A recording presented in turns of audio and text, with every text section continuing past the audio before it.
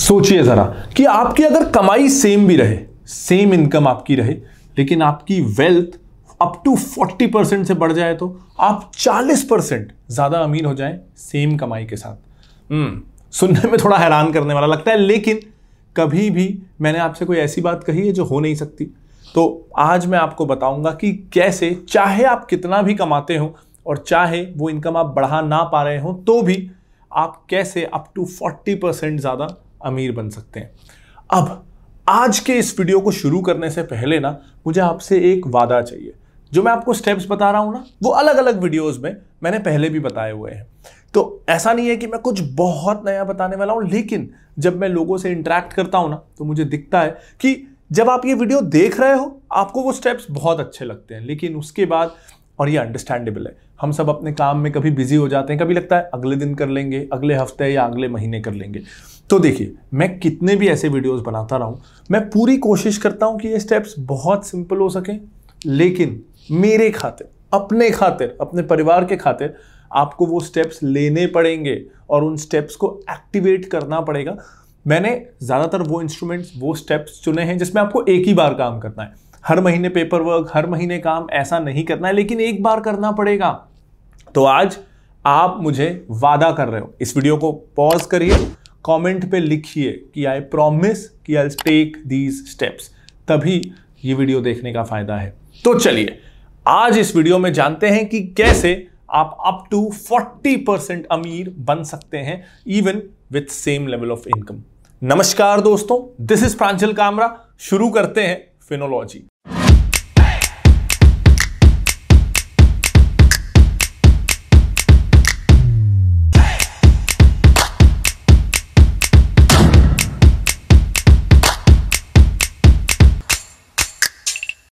अब जब भी आप फाइनेंशियल प्लानिंग के बारे में सोचते हो ना, तो आपको 3 मेजर पॉइंट्स का ध्यान रखना है। आपका क्राइसिस मैनेजमेंट कैसा होगा, इमरजेंसी या क्राइसिस के लिए आपके पास कंटिंजेंसी प्लान है कि नहीं, आपका सेविंग्स या लिक्विडिटी प्लान कैसा होगा, और आपका इन्वेस्टमेंट प्लान कैसा होगा। सबसे पहले बहुत ब्रीफ पॉइंटर्स हैं, सिंपल पॉइंटर्स हैं, डिटेल्ड वीडियोस मैंने इस पे बनाए हुए हैं और लिंक आपको वीडियो के डिस्क्रिप्शन में मिलता जाएगा, ताकि किसी भी पॉइंट को अगर आपको डिटेल में जानना है तो आप उस वीडियो पे जंप कर सकते हो। लेकिन ये वीडियो पूरा देखने के बाद अगर आप बीच में छोड़ोगे तो ये वीडियो का एल्गो खराब हो जाएगा, लोगों तक पहुंचेगा नहीं और मेरी मेहनत बेकार हो जाएगी। तो प्लीज पूरा देख लेना इस वीडियो को, और पसंद आए तो इस वीडियो को लाइक कर देना। और ये ऐसा वीडियो है जो ज्यादा से ज्यादा लोगों तक अगर पहुंचे तो मेरे तो सब्सक्राइबर बढ़ेंगे ही, आपके दोस्तों का, रिलेटिव्स का भी फायदा होने की गारंटी है। तो चलिए, सबसे पहली चीज क्राइसिस या इमरजेंसी प्लानिंग। अब इसमें ना हम सबसे पहले शुरू करेंगे इंश्योरेंस के साथ। इंश्योरेंस, बोरिंग, घिसी-पिटी बातें, एकदम सिंपल है यार। एक आर्ग्यूमेंट इंश्योरेंस के अगेंस्ट जो लोग देते हैं कि मैं हर साल 20,000 50,000 रुपए इंश्योरेंस में डालूं, इससे अच्छा वो पैसे मैं म्यूचुअल फंड में अगर डालूं ना, तो जब तक मैं 60 साल का होऊंगा मेरे पास करोड़ों रुपए हो जाएंगे।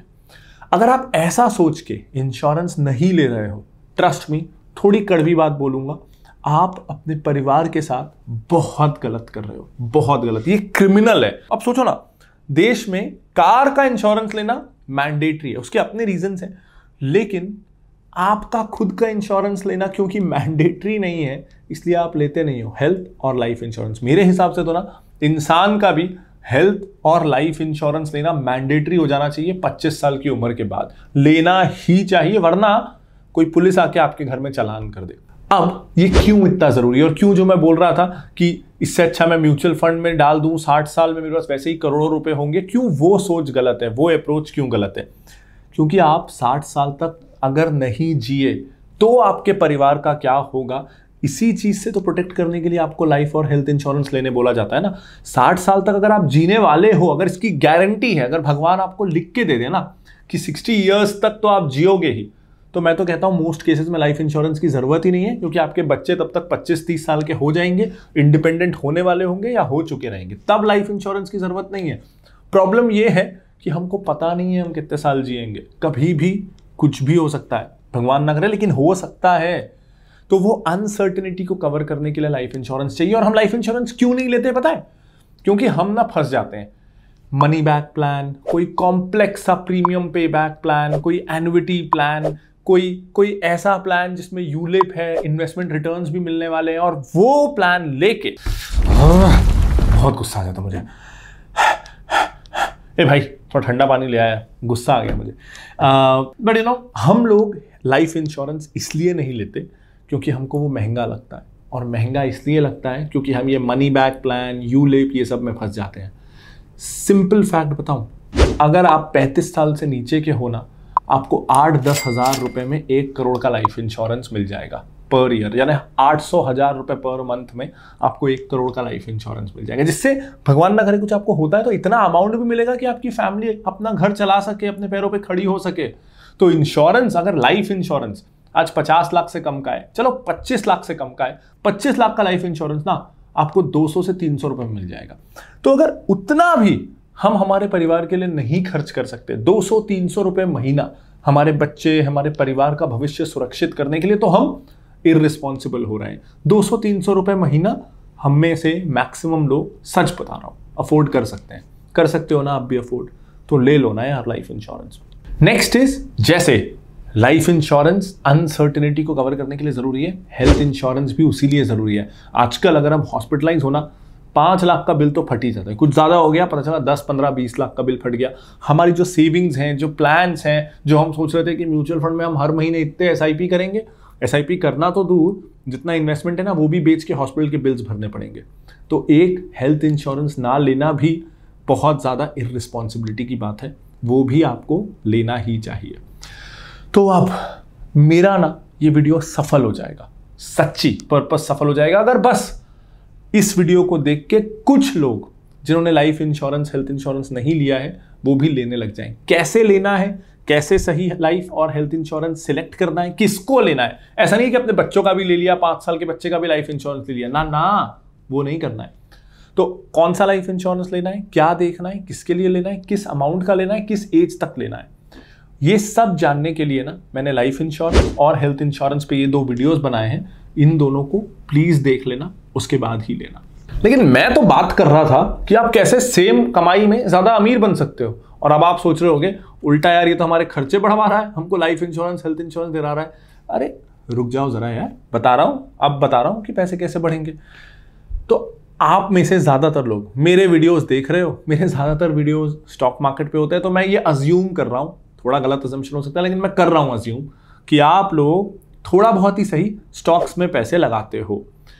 अब हमको कभी स्टॉक्स में लॉस होता है, कभी प्रॉफिट होता है, लेकिन अगर बैठे बिठाए आपको स्टॉक से कमाना है, मान लो आज आपने 100 रुपए का शेयर लिया, अगले साल 200 में बेचा, आप 100 रुपए कमाए, वो तो आप कमाओगे, लेकिन जब तक आप उस स्टॉक को अपने अकाउंट में रखे हुए हो, मेरे पास कई शेयर है 5-5, 6 साल से, तो जब तक आपके अकाउंट में वो शेयर है, तब तक वो बैठे बैठे शेयर अगर आपको अप टू 10% तक का रिटर्न दे तो ये पॉसिबल है।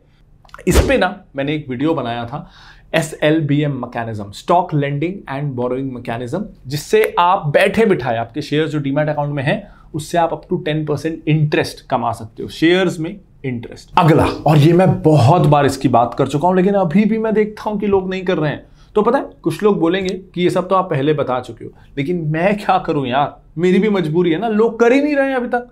तो अगर और मैं बहुत ढीठ हूं, जब तक आप करोगे नहीं ना, मैं बताता रहूंगा। तो आपको जब भी गोल्ड लेना है, आपको सॉवरिन गोल्ड बॉन्ड लेना है, फिजिकल गोल्ड, डिजिटल गोल्ड। एक तो ना हम लोग कई बार डिजिटल गोल्ड और सॉवरिन गोल्ड बॉन्ड में कंफ्यूज हो जाते हैं। डिजिटल गोल्ड से ना प्लीज दूर रहना, फालतू के आपको ज्यादा चार्जेस लगते हैं, फालतू का वो थोड़ा सा आर्बिट्राज ले लेते हैं, रिटर्न्स कुछ नहीं मिलते। सॉवरिन गोल्ड बॉन्ड पे आपने लाख रुपए का गोल्ड खरीदा, 2 लाख का खरीदा, उस पर 2.5% ब्याज भी मिलेगा। स्टॉक मार्केट से खरीदोगे 5-7% सस्ता भी मिलेगा, रिडम्पशन के समय टैक्स बेनिफिट्स भी मिलेंगे। इससे अच्छा तरीका गोल्ड में इन्वेस्ट करने का शायद दुनिया में कोई नहीं होगा। तो सरकारें कभी कभी अच्छे काम करती हैं, ये एक अच्छा इंस्ट्रूमेंट है, अच्छा तरीका निकाला हुआ है गोल्ड में निवेश करने का, जिससे हमारे रिटर्न्स बढ़ सकें, तो फायदा उठाओ। अक्सर गवर्नमेंट्स, कोई भी गवर्नमेंट हो, हमारा फायदा उठाती है। ये एक तरीका है जिससे हम गवर्नमेंट की एक स्कीम का फायदा उठा सकते हैं, रिगार्डलेस ऑफ आपकी कास्ट क्या है, क्लास क्या है, आप क्या करते हो, ये स्कीम सबके लिए है, ये फायदा सरकार सबको दे रही है। तो प्लीज इस स्कीम को यूज करो। इस स्कीम की और डिटेल्स, कैसे आपको डिस्काउंट में मिल सकता है, कैसे कब आपको इसमें इन्वेस्ट करना चाहिए, उसके लिए मैंने ये वीडियो बनाया था, इसको जरूर देख लेना। इसके बाद एक और ऐसी चीज जो मैं बहुत बार बोल चुका हूं, जिससे इंस्टेंटली आपके रिटर्न्स 2.5% तक बढ़ जाएंगे, वो ये कि अपना पैसा सेविंग्स अकाउंट और करंट अकाउंट में अगर रखते भी हो, उसमें ऑटो स्वीप ऑन करवा लो।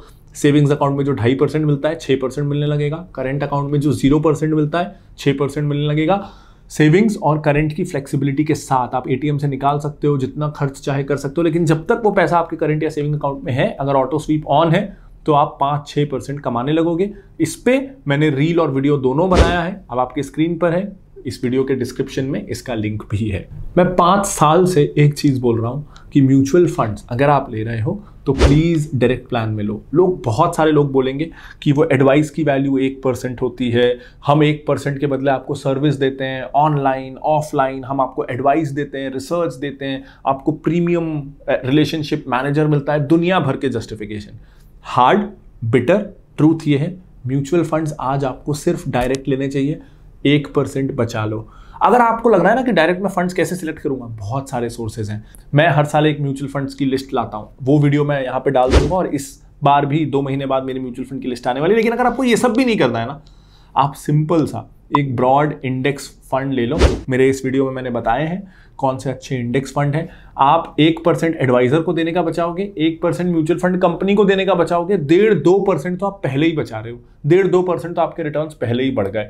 तो क्यों जाना है इधर उधर। आज एक्टिव म्यूचुअल फंड अगर आप रेगुलर प्लान में जा रहे हो, उससे बेटर है कि आप डायरेक्ट सेंसेक्स प्लान में या निफ्टी प्लान में चले जाओ। डायरेक्ट पैसिव प्लान किसी भी दिन आज एक्टिव रेगुलर प्लान से बेटर है। कोई भी आपको कुछ और बोलने की कोशिश करे, प्लीज उसको मत मानो। अब एक बहुत जरूरी बात, जब हम 25 साल के होते हैं ना, कमाना शुरू करते हैं, हमें लगता है काम करने के लिए सारी जिंदगी पड़ी है, और हम रिटायरमेंट के बारे में नहीं सोचते हैं। हमको लगता है अभी तो कमाना शुरू किया है यार, हम थोड़ी ना 60 के होंगे, हम थोड़ी ना 50 के होंगे।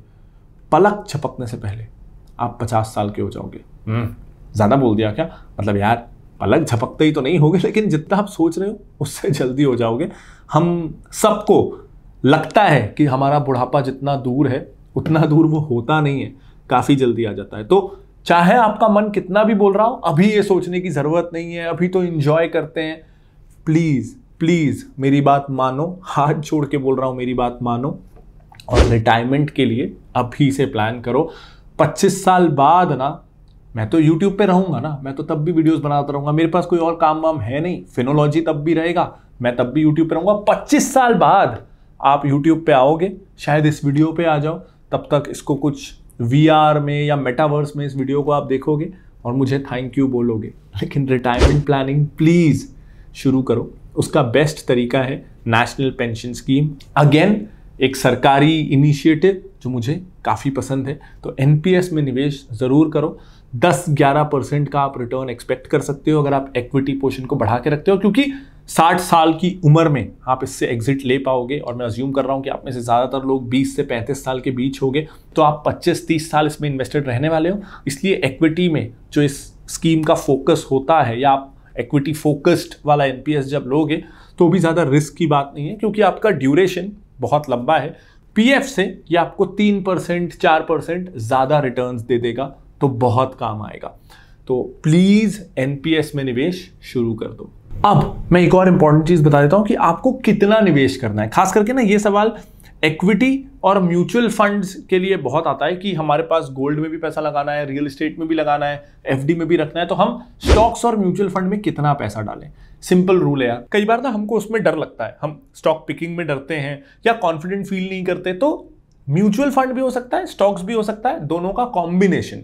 इक्विटी में जो एक्सपोजर है उसके लिए आप 100 - एज रूल को फॉलो कर सकते हो। 25 साल के हो, 100 - 25, 75% एलोकेशन आपके टोटल इन्वेस्टमेंट का आप इक्विटीज में कर सकते हो। और एक ना इंटरेस्टिंग तरीका है स्टॉक्स में भी रिस्क को कम करने का, ज्यादा डाइवर्सिफिकेशन करने का, रेडीमेड थीम्स में इन्वेस्ट करने का। म्यूचुअल फंड में भी आप बास्केट्स के जरिए इन्वेस्ट कर सकते हो और डायरेक्ट म्यूचुअल फंड्स में। ये सारे ऑप्शंस ना आपको एक ही ऐप दे देता है, कोटक का चेरी ऐप। यहां पे ना जो मैंने आपको ज्यादातर चीजें बताई, वो ज्यादातर इन्वेस्टमेंट सॉल्यूशंस आपको एक ही ऐप में मिल जाएंगे। जैसे स्टॉक बास्केट्स मिल जाएंगे। इसके अलावा अगर म्यूचुअल फंड में आपकी कोई थीम है या आपको आपके रिस्क प्रोफाइल के हिसाब से रेडीमेड म्यूचुअल फंड बास्केट्स चाहिए, वो यहां मिल जाएंगे। ये सब कुछ ना आपको डायरेक्ट म्यूचुअल फंड में मिलता है, यानी कोई कमीशन नहीं देना है, कोई फीस नहीं देना है इस ऐप को यूज करने का। तो ये मुझे अच्छी चीज लगी। एनपीएस भी आपको यहीं पे मिल जाएगा। कई सारे बॉन्ड्स भी, जैसे मैंने सॉवरेन गोल्ड बॉन्ड की बात की, तो कई सारे बॉन्ड्स भी आपको इसी ऐप में मिल जाएंगे। तो ज्यादातर इन्वेस्टमेंट इंस्ट्रूमेंट्स मैंने जिसकी बात की उससे रिलेटेड ना आपको एक तरह से रेडीमेड बास्केट्स मिल रहे हैं, तो आपको डिसीजन मेकिंग में हेल्प हो रही है और ट्रांजैक्शन भी कोटक चेरी ऐप में ही हो जा रहा है। इस ऐप का लिंक आपको इस वीडियो के डिस्क्रिप्शन में मिल जाएगा। अब ये सारे स्टेप्स ना बहुत छोटे छोटे हैं, बहुत सिंपल है। मैं आपसे एक भी बार इस वीडियो में ये नहीं कहा कि आप ज्यादा इन्वेस्ट करो। ज्यादा इन्वेस्ट मुझे पता है अगर आप कर सकोगे तो जरूर करोगे। जैसे जैसे आपकी इनकम बढ़ेगी, सैलरी इंक्रीमेंट्स बढ़ेंगी, तो वो तो मैं आपको आगे चल के कन्विंस कर ही लूंगा कि आपको ज्यादा इन्वेस्ट करना है। आज के लिए मैं बस आपको ये बताना चाहता हूं कि जितना आप इन्वेस्ट कर रहे हो, चाहे महीने का 1000, 2000, 5000, उनको आपके एग्जिस्टिंग इन्वेस्टमेंट को ही आप कैसे बेटर तरीके से कर सकते हो जिससे आपका रिस्क उतना ही रहे। रिस्क बढ़ा के तो ज्यादा रिटर्न लाना आसान है, तो रिस्क उतना ही रहे, लेकिन फिजिकल गोल्ड के बदले सॉवरेन गोल्ड आ गया, म्यूचुअल फंड रेगुलर ना होकर डायरेक्ट हो गया, स्टॉक्स आपके अकाउंट में ही रहे लेकिन आपको अप टू 10% इंटरेस्ट मिलने लग गया। तो सेम रिस्क के साथ आप कैसे अपना रिटर्न बढ़ाते चले जाओ, और इन द लॉन्ग रन जब आप रिटायरमेंट के आसपास पहुंचोगे ना, तो आपको दिखेगा कि ये सारे स्मार्ट स्टेप्स के कारण आपने क्योंकि पैसिव इनकम को बेटर तरीके से मैनेज किया, तो आपके रिटर्न्स अप टू 40% तक बढ़ गए। तो सोचो जरा, हम जिंदगी भर जो मेहनत करते हैं उससे मान लो हमने रिटायरमेंट के समय 1 करोड़ रुपए कमाए, लेकिन इस वीडियो के सिंपल स्टेप्स फॉलो करके वो 1 करोड़ रुपए आपके 1 करोड़ 40 लाख रुपए हो गए। वो 40 लाख रुपए कमाना कंपैरेटिवली वो 1 करोड़ रुपए कमाने से कितना ज्यादा आसान है ना, अगर इन स्टेप्स को फॉलो करें तो। मुझे उसमें से कितना चाहिए, मुझे उसमें से ना यार 2% दे देना, ठीक है। 2% कितना हुआ, 80,000 रुपए, ठीक है। मैं इंतजार करूंगा 25 साल बाद आप मुझे 80,000 रुपए यूपीआई करना, तब तक यूपीआई पता नहीं 4.0 5.0 आ जाएगा। तो 80,000 रुपए मुझे आप सबसे यूपीआई में चाहिए। ये मेरी रिटायरमेंट प्लानिंग है। मैं देख लूंगा कितने व्यूज आ रहे हैं, जितने भी व्यूज आए उसका इंटू 80,000। वाह यार, मेरी रिटायरमेंट प्लानिंग सही है। मैं जा रहा हूं रिटायर होने, आप जाओ वीडियो के ये स्टेप्स फॉलो करने। This is Pranjal Kamra signing off, bye bye.